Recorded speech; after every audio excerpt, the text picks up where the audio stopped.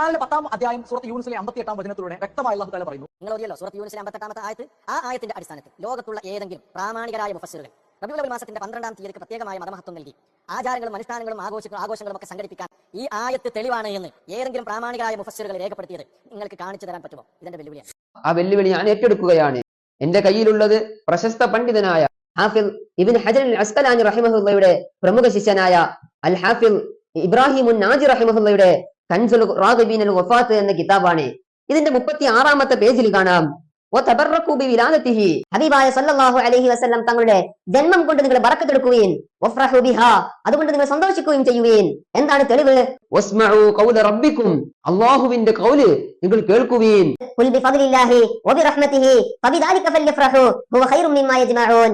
അപ്പൊ ഈ ആയത്ത് നബിദിനാഘോഷത്തിന് കൃത്യമായ രേഖയാണ്, തെളിവാണ്, പ്രമാണമാണ് എന്ന് ഹാഫിദ് ഇബ്രാഹിം നാജി റഹിമഹുല്ലാഹ് കൃത്യമായി തന്നെ